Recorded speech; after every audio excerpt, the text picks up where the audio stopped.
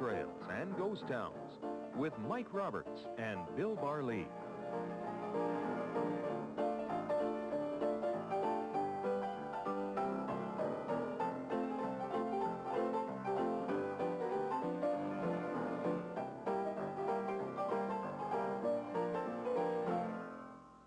Welcome to Gold Trails and Ghost Towns. I'm Mike Roberts, and I'm with Bill Barlee, who's our resident historian and takes us on tours of British Columbia and, I guess, northern United States, the Yukon we've been to, even southern Alberta on these programs. We're heading back to a location we've been to once before, but there are so many stories from every region of the province of British Columbia that you can return and return. It's like a cucumber sandwich, I guess.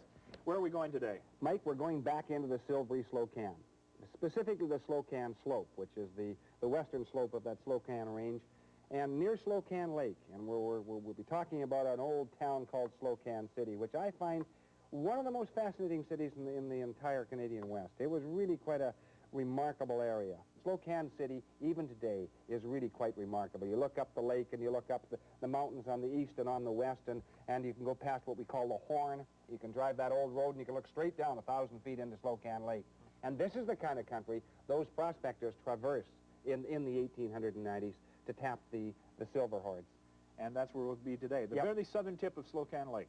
Very southern part of Slocan Lake. Okay, take a break and be back in just a second and talk about Slocan City, where it grew, why it grew, to what extent it grew, and we even have some really interesting missing treasures to talk about. So we'll be back in just a second with Slocan City.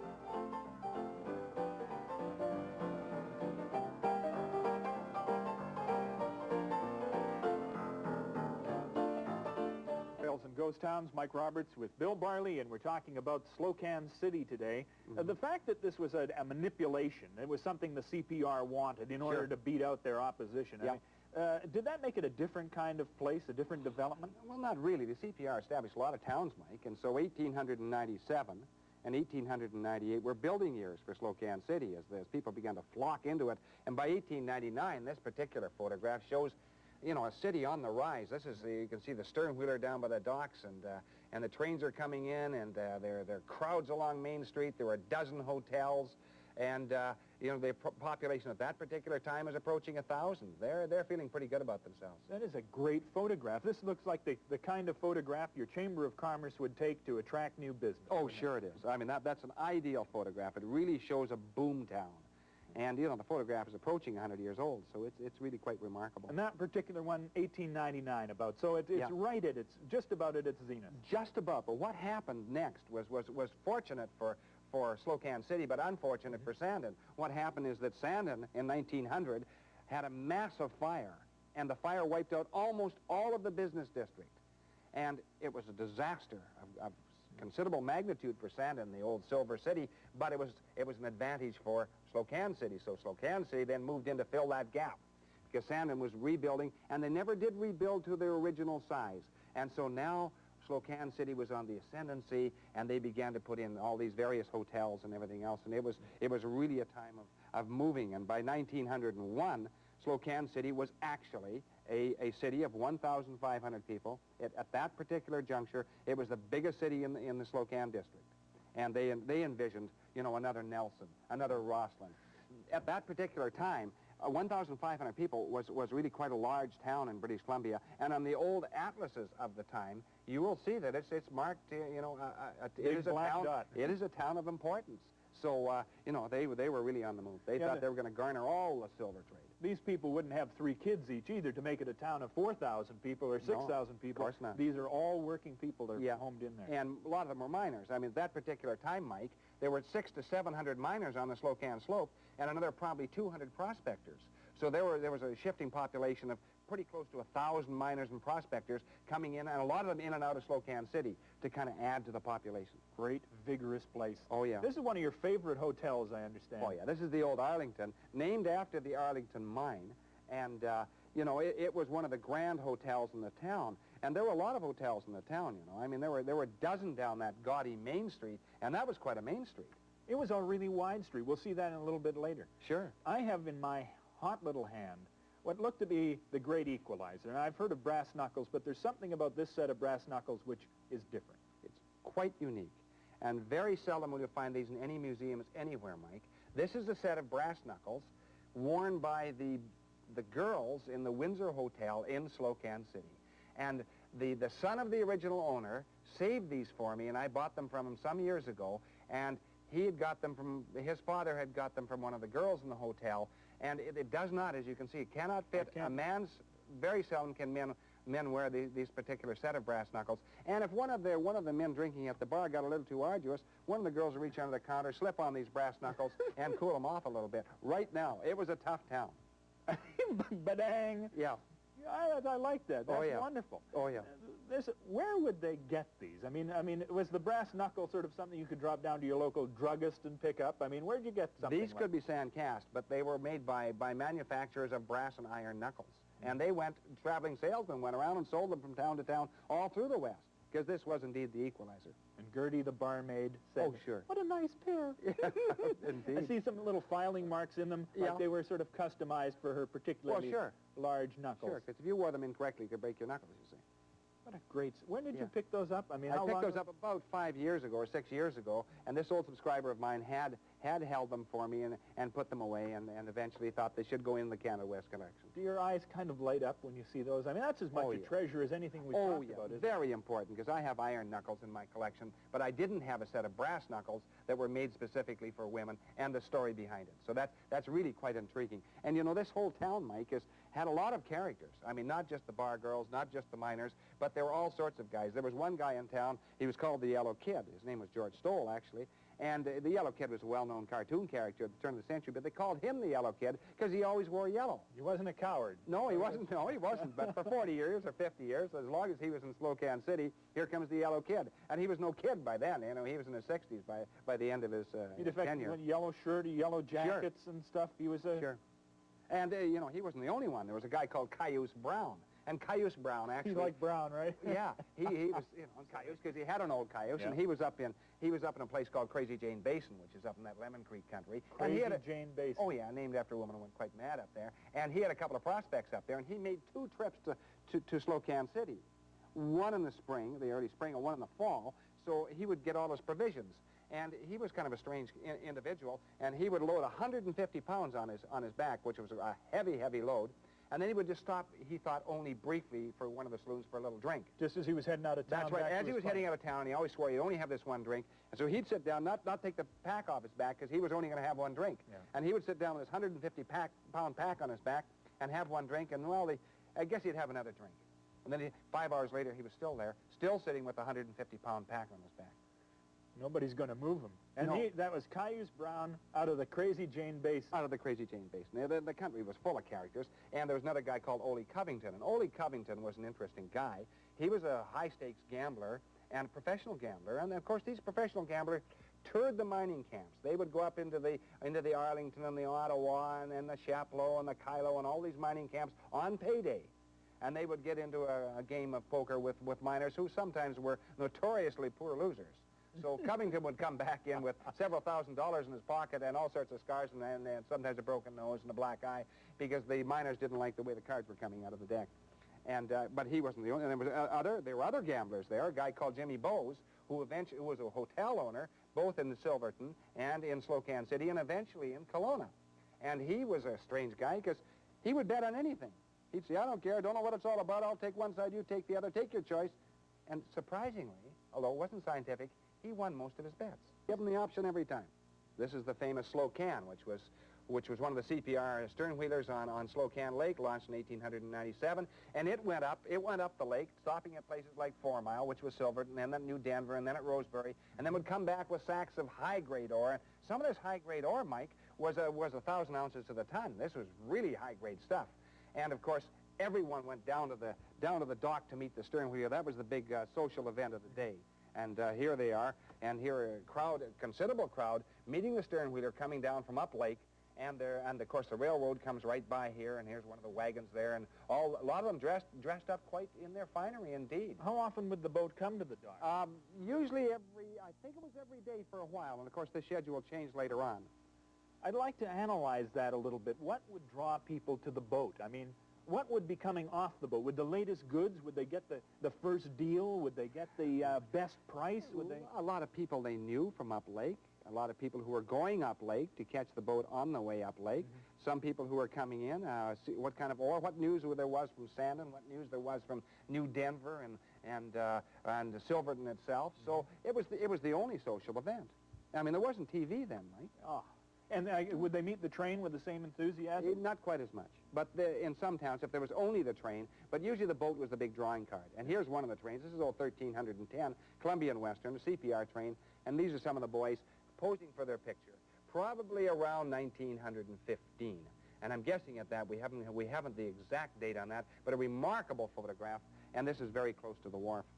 How long did the old Slocan run when it was on the lake? 1897. Well, 1897, right to the 1940s. So, and you know what it carried, of course, was bullion like this. This is silver bullion, and you know, and the bullion came down in sacks, and then the bullion would be the ore would be refined at Trail, and it would come out in bricks or ingots like this. And of course, Trail was, you know, at one time one of the great silver smelters of the continent. And at 1,000 ounces of silver to the ton, there were a lot of ingots produced out of the Slocan slope. Some of those mines in the Slocan slope were staggering. There were a number of mines, Mike, that produced 1 million ounces of silver, 2 million ounces of silver, 3 million. You know, the Rico and the Goodenough and the Slocan Star and the Silversmith and the famous mine called the Standard out of Silverton, which was just to the east of Silverton, produced over 10 million ounces. I mean, these are massive silver mines. And massive amounts of money generated for the owners of the mines, for the prospectors. Did they make any money? Did the actual workers make substantial money in those days? Were there bonuses for? Well, or was it a 50 cents a day? No, it wasn't. It was about $3 a day. It varied a little bit from year to year. And the workers were pretty good workers, and they worked actually 365 days a year. Some years they worked 366. Guess when? I would assume a leap year. Wrong. What? The shift changed at the end of the year. What a heck of a deal. All right, you got me on that. The other thing, we're taking a look at photographs. Yeah. Were these photographs courtesy of the newspapermen at the time? Or was there another person? Was the photographer different than the newspaperman? No, the photographer was usually entirely separate from newspapers because the newspapers couldn't publish photographs at that particular time, Mike. So, but there were professional photographers going through and taking pictures of these towns, usually for promotion, you know, promotion efforts. That's why you see so many photographs of the main street of Slocan City, which is pretty impressive. That's right, and the hotels that we've talked about and all those kinds of things. 1897, it began. It really boomed when the fire went through Sandon. Yeah. When did it begin to collapse? Well, you know, 1901, when Slocan City became a city, it started to slip after that. So there was a big lumber manufacturing plant there that went broke in 1904, 1905, and by 1906, the major mine, which was the Arlington mine, now there was the Ottawa and the Arlington and a lot of other mines in the area, it closed down. And when it closed down, within about 1906, 1907, instead of 600-odd miners and 200-odd prospectors, there were about 300 miners and prospectors on the Slocan slope. And this directly affected the town or the city of Slocan City. And here you see Slocan City. This is a mining town in decline. It's sort of quiet now. Yeah, it is indeed. And it shows what is happening. Many of the hotels are closed down and boarded up. And we looked down the old wide main street, and it was made that wide so teams coming to and from the docks could pass on the main street without any difficulty. And but it was slipping. It was definitely slipping. Boardwalks are of so great interest to you, a collector, well, sure. because things would drop through the boardwalk and stay in a pristine state till you arrive. That's right. You know, a lot of people have today used metal detectors and everything else. But I went into Slocan City in the 1960s, Mike, and started screening, using some of the original photographs, and started screening the boardwalks. And these are some of the coins, with the exception of the gold one, which was typical of some of the coins that were found there. And there's a gold $2.50 U.S. one. And a number of gold coins were found in Slocan City. All the rest of these coins I found, and a lot of others as well, under the boardwalk. I picked up somewhere between 100 and 200 coins under two different sections of the boardwalk in Slocan City. And most of these, Mike, were old coins, and almost all of them were silver, $half-dollar size. And the strange thing about it, about 200 metal detector men had come right through, swept some of these areas, but they missed. Why did they miss? Well, I don't know. Some of them probably very, very good at their trade, but they did miss. I went over and screened it, and of course, when you use a screen instead of a metal detector, the screen doesn't miss anything. I also find a little chunk of gold in there. This must be from another story, eh? Yeah, I guess it is. That's fascinating. How many coins in all did you think you found there? Well, I found between 100 and 200, plus some poker chips and so on, you know. Do you think there's anything left over there now? Well, actually, there probably is, although that particular section of the boardwalk, Mike, has been fairly well cleaned out. This is called the Two Friends Hotel. Yeah. This is the hotel you did your digging in front of. This is one of the two places, one of the two major places, and it stood until a few years ago. And the Two Friends Hotel was named after the Two Friends mine, and one of a number of hotels in town. And so I examined that particular photograph, noted the width of the boardwalk, which was about 8 feet, and then screened on the outer edge of the boardwalk, and then looked in certain hot spots. That would be where there'd be a knot in the boardwalk that had dropped away, and the coins would have rolled down through there. And if it wasn't any room between there and the actual street level where kids couldn't get under, because when we were kids in Rossland, we were straight under, pick up these coins and run off and go to the moving picture, which cost us a whole nickel or a dime at that time. Now, what did the people who lived in the town still think about this guy coming in and digging up under where their sidewalks were? Well, they didn't mind because, A, they knew that a lot of them were subscribers of mine. I had quite a few subscribers in Slocan City, sure. And they also knew that any of those coins I dug, and I kept them for the collection and displayed them and have displayed them intermittently in museums over the ensuing years. So this wasn't done for $1. They knew that. They knew where I was coming from. All righty. Going to take a break here, and when we come back, there is the ever-popular missing treasure story, okay? Actually, there are two. We'll discuss one. All right. We're going to do that when we come back from this break as we continue our discussion about Slocan City. Don't go away.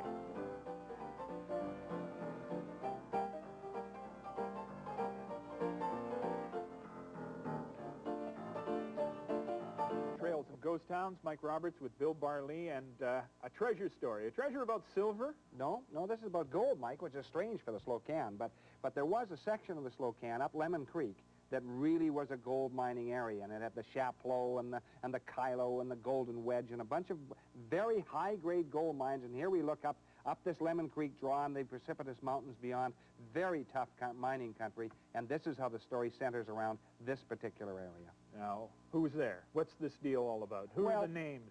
The names, in 1897, a Canadian company went in there, and they decided that they would mine around a little town called Oro, and they were going to set up a mill in Oro. And Oro was way up Lemon Creek, very little left there, just the site.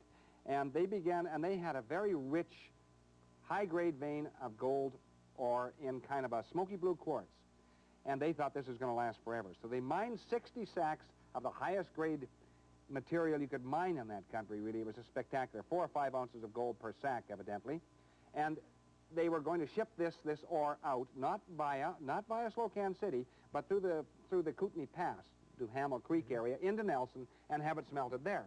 But before they could do this, it began snowing and winter closed in. So the crew moved out, and they had a crew of about 40 or 50 in there. The crew moved out, and they went back to Nelson. But they left behind one trusted watchman, and they were supposed to bring back supplies. Well, the snow was so deep in that particular winter, 1898, that nobody brought back supplies. So this guy stayed there for about 2 months until the supplies ran out. And then he thought, well, here, I've got 60 sacks of high-grade ore. I really don't have to worry about it, but I think I'll put it in and he found an abandoned tunnel, which had been worked on years before. Safekeeping. That's right. It was actually just like a bank vault, Mike, because to take those 60 sacks of ore out, you would have needed packed trains. You would have had to take them out either to the Lemon Creek area, probably Lemon Creek area. It was the dead of winter, so he thought it was perfectly safe. And he eventually made his way out to Nelson, went on a drinking spree in Nelson, and stayed on the drinking spree, and at the end of it, nobody could find him. We don't know what happened to him. Well, the company went back in there in the spring of 1898, and they were expecting the watchman to return. He never returned. 60 sacks. That's right. Where are they? And at that time, it was only worth about $5,000. But, of course, it became increasingly more valuable as time went on. So they sent a crew to look for it, and the crew couldn't find it anywhere. They didn't know where these 60 sacks had gone. And they checked around locally. No one had come out with any ore, so the 60 sacks were in the area. And this story circulated over the years. And a few people knew about it, and a few people knew the details of this particular ore. And one of the guys was a guy called Ernest Van Delican, who's an old subscriber of my original Canada West magazine. And Ernest Van Dulliken was kind of an interesting guy, kind of a taciturn man in many respects, quite a studious individual. And he lived in Slocan City on the other side of Slocan River. But I used to visit the old boy, and he never dropped a clue. But I found out later on, in 1952, he was up there actually looking for this so-called long-lost treasure, and he came across a cave tunnel, partially caved at the front. And curious, he crawled in, just enough room to crawl in. And when he crawled in, near the front of the tunnel, he saw some sacks of ore neatly stacked. Well, immediately he assumed this was the ore, took one of the sacks outside, cut it open, and pulled out some extremely high-grade gold ore, run through, you know, just laced through with gold in this kind of a bluish, smoky blue quartz. Well, this was a marvelous surprise for Van Dulliken, but this was 1952. The price of gold then was only $35 an ounce. So Van Dulliken, being quite a clever guy, said, well, if I haul it out, it's going to cost me quite a bit to haul it out. We'll have to have it custom shipped and custom smelted in trail so that, you know, this probably won't work. So he put the sack back in there, covered up, disguised the front of it, and was going to wait until the price of gold actually came up. But before it came up, before it skyrocketed, Van Dulliken passed away. And no one knows to this day where the 60 sacks of ore is exactly where Van Dulliken had disguised it. And it may have recaved again, because it was partially caved when he went in there in the first place. He told you he found it? No, he told a local guy he found it. And I found this out later on. He didn't divulge that to me at the time, because he was still planning on going back to get it, of course. And that ore now, Mike, is worth about $125,000 or $140,000. And that's not including the specimen value. Very valuable ore, somewhere up on the slopes near the old Golden Wedge mine. This is called the Lost Golden Wedge. So somewhere within probably a quarter of a mile either side of that old claim, in that high-grade gold zone, is $120,000 to $140,000 worth of gold ore, still in the original sacks. Well, I would think. I mean, how many people are aware of this story? Well, I printed it in a book called West Kootenai, so probably a fair number of people are aware of it now, and a few people have actually looked for it in the Well, last year I or so. certainly won't tell the soul as a result of you telling me, but will the hills be crawling? I mean, that's a find. That's a finder's find, right? Yeah, it is, but this is very tough country to prospect. I mean, it's tough. Precipitous all the way, Mike.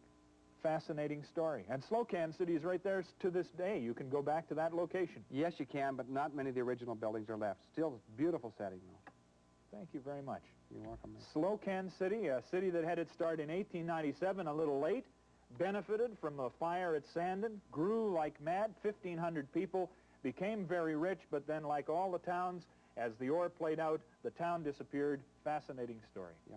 Join us next week for Gold Trails and Ghost Towns. We'll talk about another wonderful story from British Columbia's history. See you then.